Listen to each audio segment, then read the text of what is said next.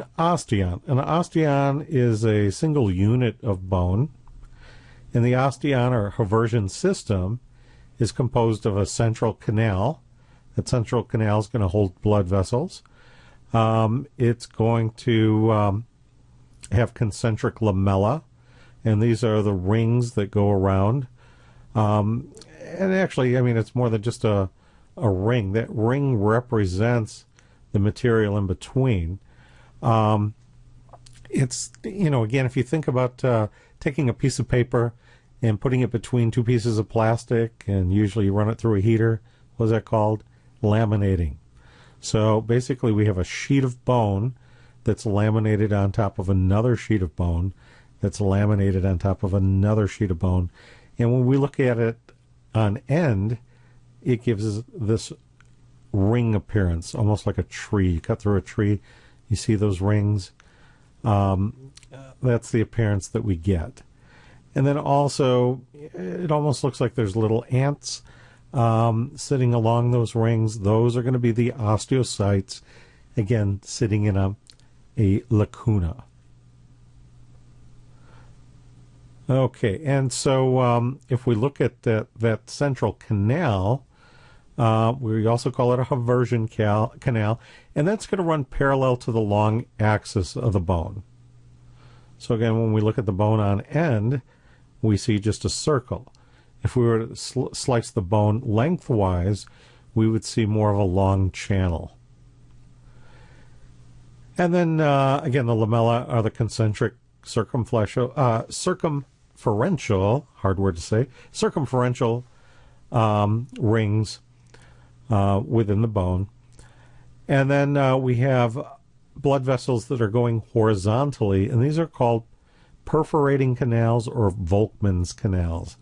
Volkmann's canals are the longer name.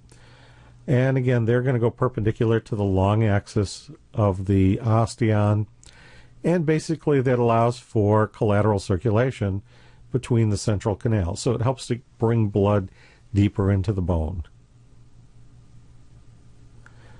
Okay, bone development. We have intramembranous ossification, takes place in connective tissue membrane. Again, to me, that kind of reminds me of doing paper mache. Maybe you blew up a balloon and that was your form, and then you took the paper mache and kind of laid it out on top of that form, and then after it dried you might pop the balloon and pull it out. It's kind of the way intramembranous ossification is, where we have a connective tissue model and the bone eventually replaces that connective tissue model. Enchondral ossification, just as it says, endochondral, enchondral ossification takes place in cartilage.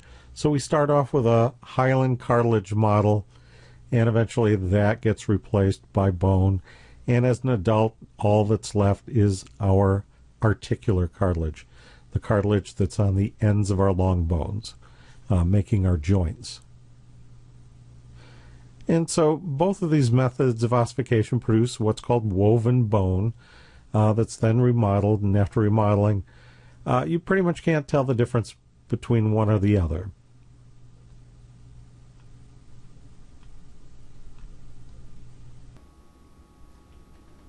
Now, intramembranous ossification is also called dermal ossification because it occurs in the dermis.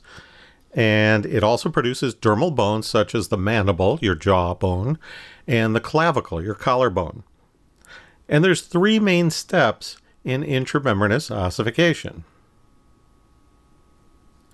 So let's take a look at those steps. In step 1 of intramembranous ossification, we have mesenchymal cell aggregation. Remember, mesenchymal cells are undifferentiated fetal cells. So they're going to differentiate now into osteoblasts. And what do osteoblasts do? Osteoblasts build bone. Remember, they have a blast-making bone. So it begins ossification at the ossification center, and it's going to develop these projections called spicules. And here we can see the spicules, the little projections. Now, here's a question. If you were going to build a house, and let's suppose it doesn't have a basement, you're just going to pour a cement slab, okay? What would be best? To put in your plumbing first, okay, and maybe your electrical conduit and what have you, and then pour the concrete, the cement? Or would you pour the concrete or cement pad first and then put your plumbing in later? Well, it kind of makes sense to put the pipes down first and then pour the cement over, so that you don't have to then break up all that cement you just poured to put pipes down under it. Well, that's kind of what's going to happen here. We're going to start to put down blood vessels first. Okay, so the blood vessels are going to grow into the area, and they're going to help supply blood also to the osteoblasts. And then what's going to happen is the spicules start to connect and trap the blood vessels inside the bone. So it's like putting the plumbing down first and then filling in around the plumbing. Okay, so we're putting down blood vessels first, and then we're filling around it with what's going to become bone.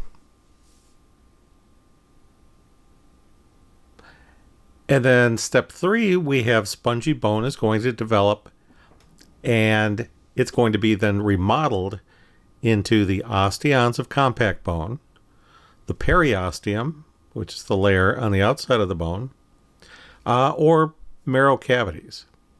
And we can see here where it's being remodeled, and here's the blood vessels trapped within that intramembranous bone. And then enchondral ossification. Endo, again, means inside. Chondral means cartilage. So this is inside cartilage ossification. And of course, ossification means to make bone. So we start off in enchondral ossification with a cartilage model. It's going to be surrounded by a perichondrium. It's produced by chondroblasts that become chondrocytes, and they're going to be enclosed by a cartilage matrix. And then over here, we see the perichondrium of the diaphysis, and again, the diaphysis is the shaft, becomes the periosteum, and a bone collar is produced. Internally, the chondrocytes enlarge or hypertrophy, and the calcified cartilage is formed. In step 3, a primary ossification center forms as blood vessels, and osteoblasts invade the calcified cartilage. The osteoblasts lay down bone, forming cancellous bone. And so this is going to be the primary ossification center. So you can imagine if we have a primary ossification center, we're probably going to have a secondary ossification center. That's going to take place in the epiphyses. Okay, but before we get that, the process of bone collar formation, cartilage is calcified, we have cartilage calcification, and then cancellous bone production continues, and then calcified cartilage begins to form in the epiphyses, and that's what I was just mentioning here. And then a medullary cavity begins to form in the center of the diaphysis. See how this is starting to hollow out? This is going to be where the bone marrow resides, the yellow bone marrow.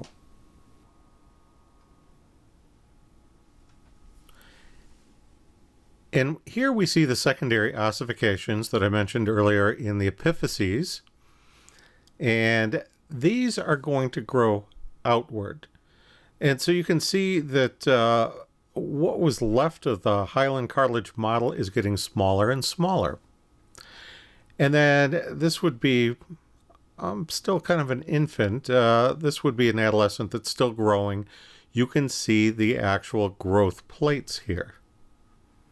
And the growth plate is going to be made of hyaline cartilage. And then we have the articular cartilage that's on the ends of the long bones. So again, this is all hyaline cartilage. And then finally, when you stop growing, that's because that epiphyseal plate, the epiphyseal plate or growth plate, is going to be replaced by bone. And on X-ray, we're going to see what's called an epiphyseal line. So right here, the epiphyseal line. This is the epiphyseal plate. Again, the growth plate. When it's replaced by bone, we see an epiphyseal line. And in the mature bone, all that's left of that hyaline cartilage, again, is the articular cartilage on the ends of the long bone.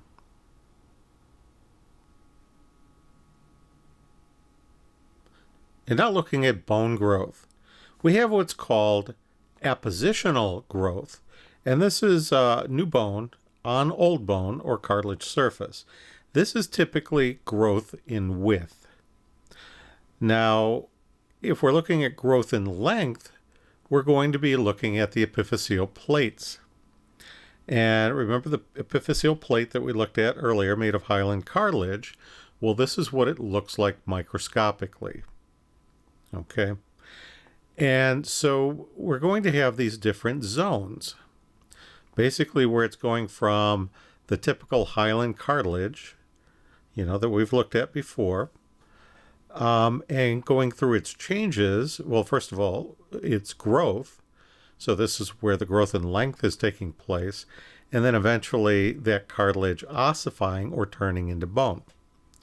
And so the different phases are going to be the zone of resting, right here.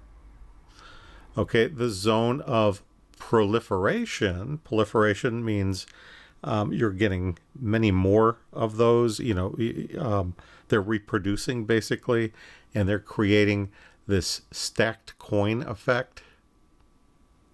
So that's the zone of proliferation. And then we have the zone of, how would you pronounce that?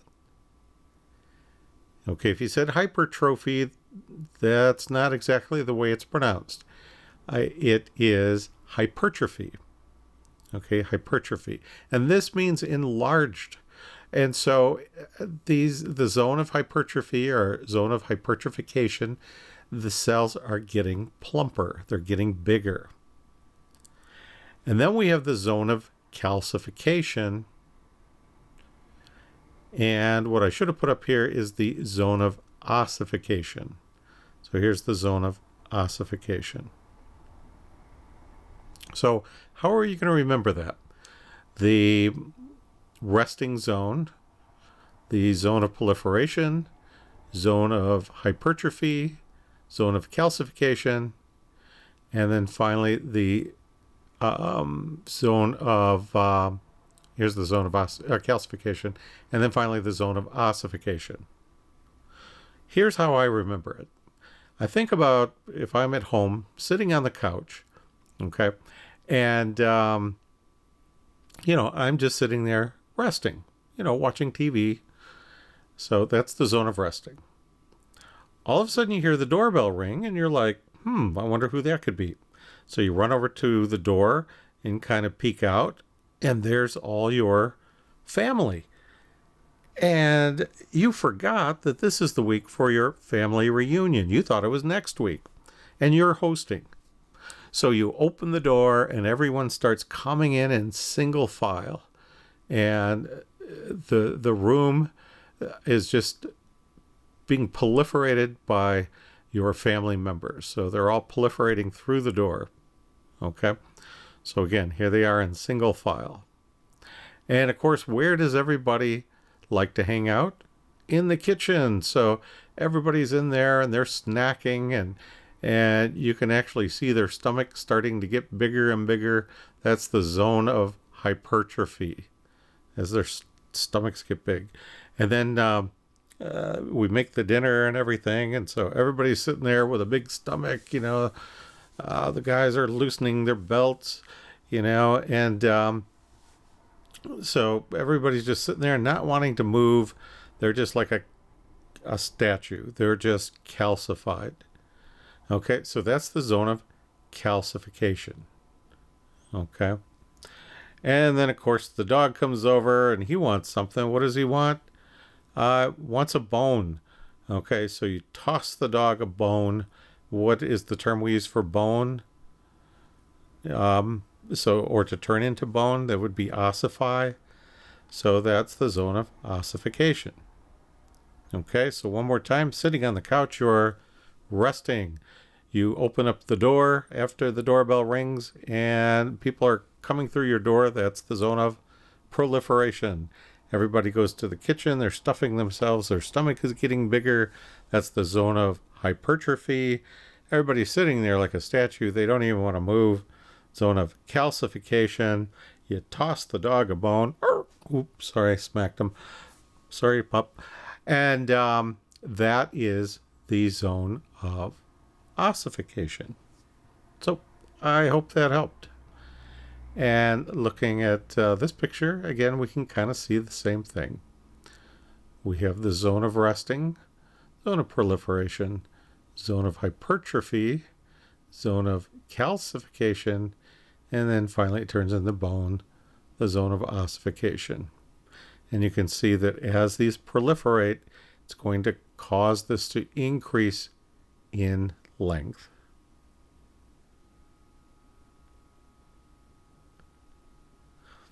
And one thing, when we take an x-ray, and this is pretty important because we have what looks like somebody's hand is smashed and it looks like all kinds of breaks, right? Well, it's not. This is just a youth's hand. And these are the epiphyseal plates. And you can see here, well, look at this, how tightly these carpal bones are packed. Here, the carpal bones look like they're loose. And again, these look like there's cracks and breaks and everything. Well, cartilage is a soft tissue. So when you x-ray it, the x-rays just go right through it. And so you don't see the cartilage, but you do see the bone. And so this would be a growth plate. Growth plate. Well, let's see. Growth plate, growth plate, growth plate. Okay. And since these short bones here, these carpal bones, are covered in a lot of hyaline cartilage, there's what looks like to be a lot of gaps in between the bones. There's not. It's cartilage there wrapped around these bones.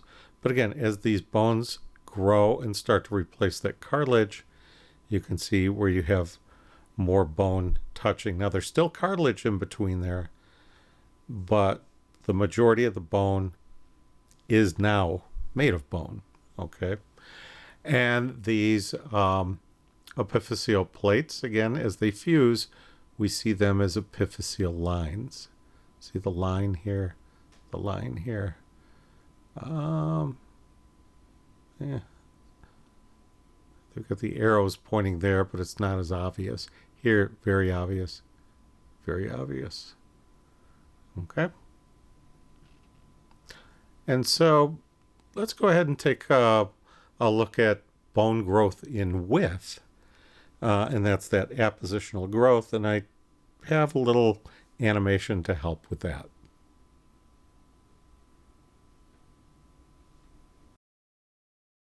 Bones grow through the process of appositional growth, the formation of new bone on the surface of older bone or cartilage. Osteoblasts beneath the periosteum lay down bone to form ridges around a blood vessel.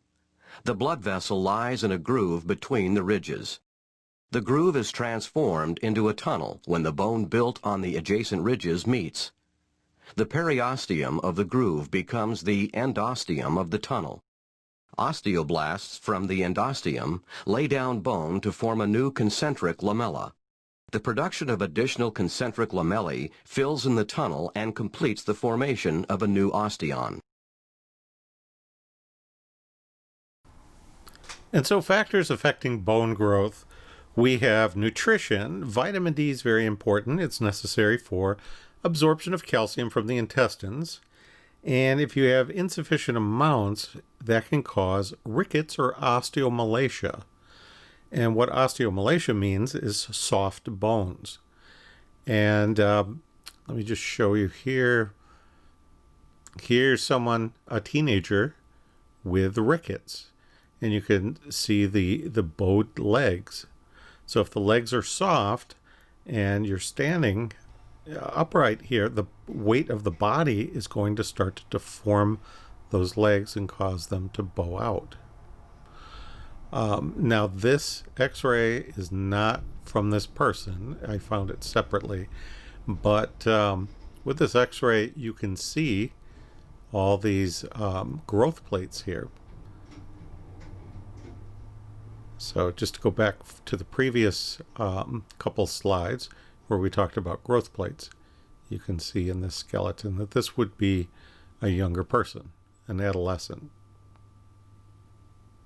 So the teenager, the bones would probably look a little bit different. Again, this is a younger person than this person here being shown. And then vitamin C is going to be necessary for collagen synthesis by osteoblasts. And the deficiency in that would result in scurvy. Now think about that. Where do we find collagen?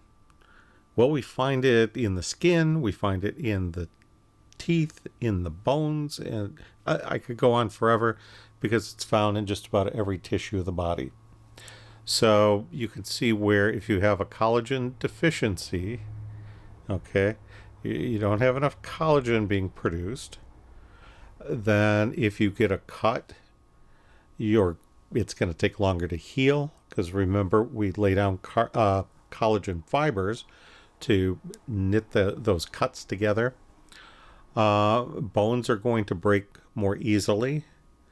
Teeth are going to start to chip. It's not a good thing. And this was pretty common back in the days when people were pretty much living out to sea.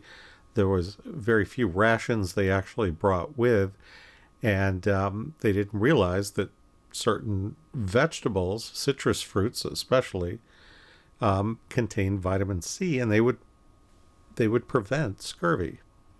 Okay, so that was discovered later on, actually by the British.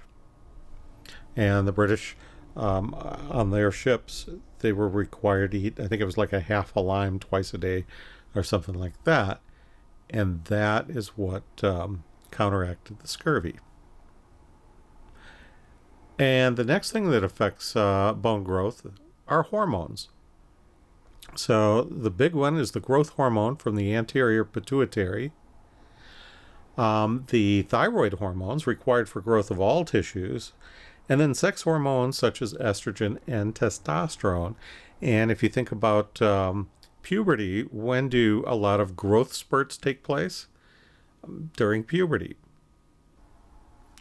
Okay, so going back to the growth hormone from the anterior pituitary, what do you think would happen if a person developed a tumor in the pituitary gland? It's called a pituitary adenoma. Typically it's benign, but what if they develop this tumor and now it's making way too much growth hormone? What do you think would happen? Well, if you said you would grow real tall, that would be a definite maybe. Why would it be a maybe?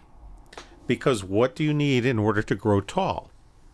You're going to need growth plates. So if you develop this tumor while you still have growth plates, you're going to grow tall. This is gigantism. And we can see a couple of examples. Right here, this is Robert Wadlow. He was from Alton, Illinois. So if you ever get through Alton, Illinois, there's a statue there of him, a life-size statue. And when I say life-size, he was 8 feet 11 inches tall. So 8 feet 11 inches tall. He was born back in 1918. He died in 1940. And so he was only 22 years old when he died.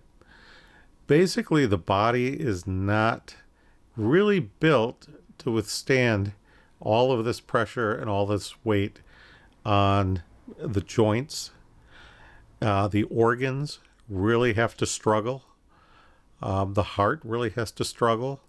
But how he passed away was, you can't really see it in this picture here, but he does have leg braces on to help support those joints and to allow him to walk.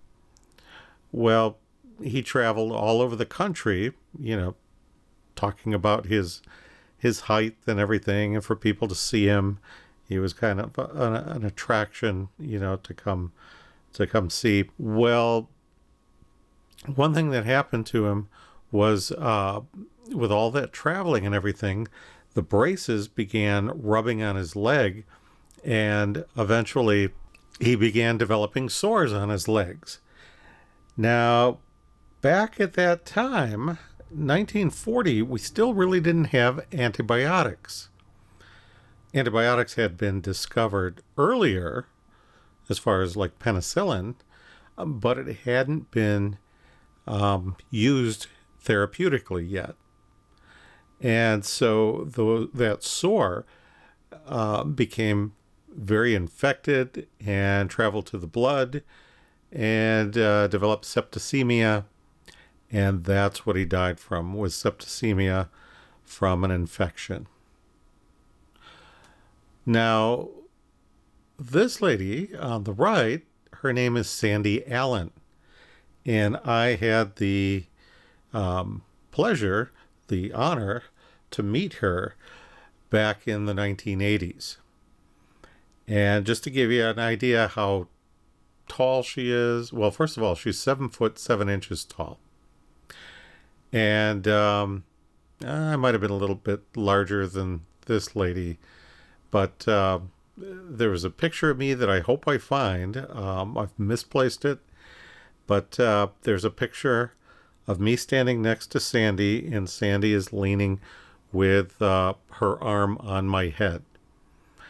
And I'm I look very small in that picture. So, but Sandy, 7 foot 7 inches tall. To give you an idea of what that is, most ceilings are 8 foot tall. Okay, not all ceilings, but a lot of the ceilings are 8 feet tall, especially on newer homes. Now, back in Robert Wadlow's day, most of the ceilings were 10 foot ceilings. So with him being 8 foot 11, he probably fared pretty well with those 10 foot ceilings. Sandy Allen, with a 7 foot or an 8 foot ceiling, and her being 7 foot 7 inches, her hair probably brushed on the top of the ceiling.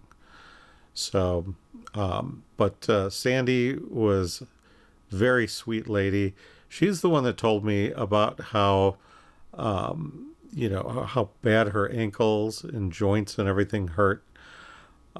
Even at the time when I met her back in the early 80s, she was using a cane. Usually didn't see it in the pictures, but she was using a cane. Eventually, she was using a wheelchair. And I remember at the time, and it looks like it's the case in this picture as well, how she got around was she had a van that had the front seat taken out. And so she had to sit all the way in the back seat in order to drive. Eventually, she had custom-made van as well. Now, she lived quite a bit longer. She was born in 1955. She died in 2008. She was 53 years old. Interesting thing about them, both of these two, is that Robert Wadlow was born in Dalton, Illinois. Sandy Allen was born in Chicago, Illinois. So, to all my Illinois people out there, kind of watch the water. Okay, just saying. It was kind of interesting that they're both from Illinois. Now, I said that if you have growth plates, then you can develop gigantism. Well, what if we develop that pituitary tumor and we don't have growth plates anymore? What happens? Well, that condition is called acromegaly. Acro means extremities. Think of an acrobat. They're up on the trapeze. They're swinging on the trapeze with their arms and their legs, so with their extremities. And then megaly means enlarged. Remember, hypertrophy means enlarged? Well, megaly also means enlarged. Okay? Like, for instance, just another way of using those terms with a heart. A heart can have right or left ventricular hypertrophy. That means that part of the heart has enlarged. But if the entire heart is enlarged, we would say you had cardiomegaly. So, again, those two both mean enlarged. But acromegaly means enlarged extremities. And you can see here would be like a normal hand. Here would be a hand of someone with acromegaly.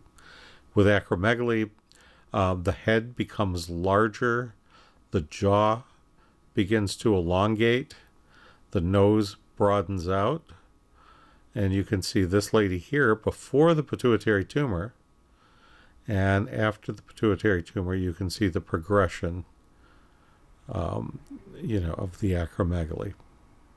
I had a professor years ago. He was my clinical neurology instructor, that's right. And he had acromegaly. And, you'd see a picture of him. I saw a picture of him when he was in college. And then I saw a picture of him after the tumor. And it looks like two different people. Same here. You wouldn't think this person and this person were the same. There's no way to reverse this, but what happens with acromegaly and also with gigantism is that they have to remove that pituitary gland. And that's kind of a tough operation because the pituitary sits off of a little stalk that comes off of your brain.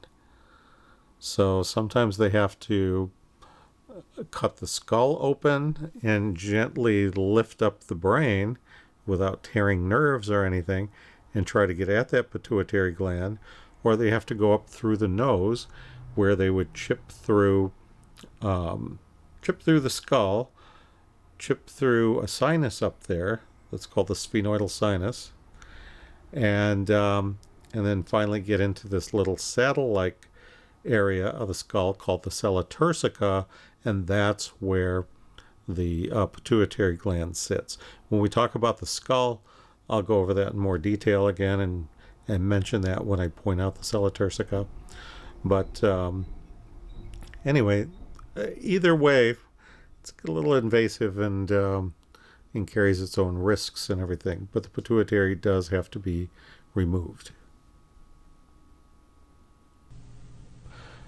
Okay, so let's take a look at bone repair. If we were to break a bone, the first thing that would form is a hematoma. If you've ever pinched yourself with a pair of pliers or something and you get this little blood blister, that's a hematoma. So the blood is going to fill up, and as you can see in this picture, the blood has also lifted the periosteum and broken the periosteum. So this could hurt here. After that, we get a callus formation. The internal callus formation is going to be that of cartilage. Okay, so we get some cartilage. Woven bone is going to start to encroach on it, and basically we're going to form a callus. Okay, now the internal callus, again, is going to be made of cartilage. Eventually, well, also the external callus as well is made of cartilage. And then eventually that cartilage ossifies. And then we're going to start to remodel that bone, that ossified cartilage. And again, it's the job of the osteoclasts to come in and help with remodeling. And after bone remodeling, it's many times hard to tell that there actually was any type of a fracture, provided that fracture was set properly. And again, everyone heals a bit different, so there might be, still a slight bump there. Sometimes you can still tell on X-ray, but most of the time, again, if the fracture is set appropriately, the bone will be remodeled almost like new again. Now let's talk calcium homeostasis. Bone is, again, the major storage site for calcium in the body. Calcium moves into the bone when osteoblasts build new bone. Remember, osteoblasts have a blast making things? Well, they got to get their material from somewhere. They're going to make bone. Their material, one of the main materials, is going to be calcium. And so they're going to pull that calcium from the blood. And that'll usually lower blood calcium levels. And they're going to use that as their building material. Now, calcium moves out of bone as osteoclasts break down the bone. Now, if you're pulling calcium out of the bone, it has to go somewhere. So that's going to go into the bloodstream and actually raise blood calcium levels. And then when osteoclast and osteoblast activity is balanced, the movement of calcium in and out is equal, and we maintain our skeleton. Now, if the osteoclasts are outworking the osteoblasts, what do you think we might wind up with? Okay, if you guessed osteoporosis, you would be correct. Or even osteopenia. Osteopenia is not as severe as osteoporosis. Osteopenia means thinning bones. And as we age, there's a normal amount of osteopenia that takes place. But osteoporosis, that's a bit more severe, and we can wind up with pathological fractures.